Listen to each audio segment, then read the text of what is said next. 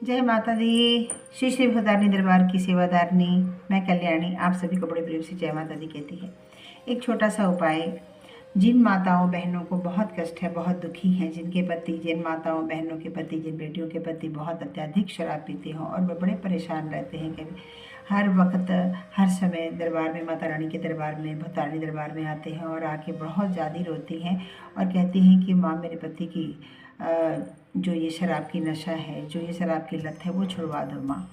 तो ये छुड़वाने के लिए आपने कहीं भी आसपास का एक शिव धाम देखना है, एक शिव मंदिर देखना है,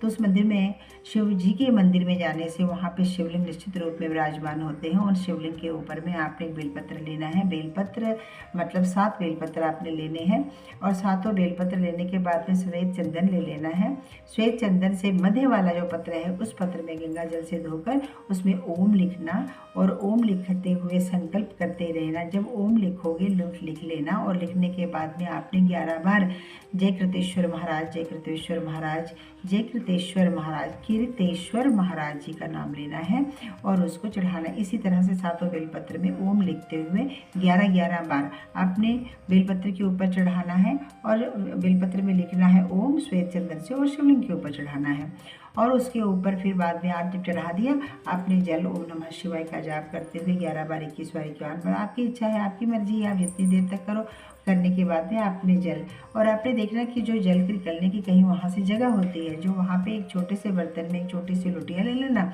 उसमें थोड़ा सा जल जो वहाँ से आएगा उस जल को आप घर लेकर जाना और थोड़े से किसी बर्तन में, शीशी में, कांच की बोतल में रखना। हर दिन प्रत्येक दिन अगले सोमवार आने तक उसी जल में से थोड़ा थोड़ा जल अपने पति को पिलाते रहना। और शिव शंभुनाथ भोले भंडारी को आपने अरदास करनी है, मंदिर में भी अरदास लगा के आना है कि बाबा मैं बहुत लाचार होकर आपके दरबार पे आई हूँ, आपके दर पे आई हूँ, मेरे घर की रक्षा करो, मेरे परिवार की रक्षा करो, मेरे पूरे संसार की रक्षा करो। ऐसा कहते हुए आपने उनको आराधना करना। आप देखो 7 सोमवार में ही आप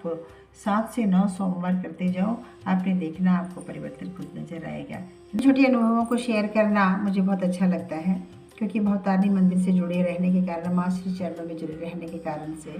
पिछले 25-28 सालों का बहुत सारे अनुभव साथ में लिए हूँ। तो उसी में से एक छोटा सा अनुभव, बिल्कुल हाल फिलहाल का अनुभव है। कभी भी आपने देखा होगा, जाना होगा, सोचा होगा, इस चीज़ को सुना भी होगा कि कहीं ना कहीं कभी जब कोई बच्चे, अपने घर के बच्चे बाहर जाते हैं या पति बाहर जाते हैं या फिर कोई भी अपने घर का कोई परिवार बाहर जाता है, तो उस समय अचानक से मन में ऐसी बात उठती है कि क्यों आज मुझे ऐसा लग रहा है जैसे कुछ तो पता नहीं, कुछ अनहोनी कुछ होने वाला है, कुछ तो ऐसा होने वाला है। उस समय में जब आप एक साधक हो या फिर आप एक अच्छे पुजारी हो या फिर आपकी आत्मा बहुत पवित्र है, आपके ईश्वर से आप सदैव जुड़े रहते हो, तो कहीं ना कहीं एक छोटी सी आहट तो ज़रूर आपको मिलती है। उसी तरह से मैं अपनी बात करती हूँ कि कुछ ही दिन पहले मेरी मन में भी ऐसी ही एक शंका उठी थी रात को, और रात को मेरा बच्चा काम से बाहर से आ रहा था। ये तकरीबन 10, साढ़े 10, 11 बजे की बात है और वो वापस घर को आ रहा था और मुझे मन में बहुत टेंशन सी हुई। टेंशन होने के बाद मैंने माँ को आराधना की कि माँ मुझे आज ऐसा क्यों लग रहा है,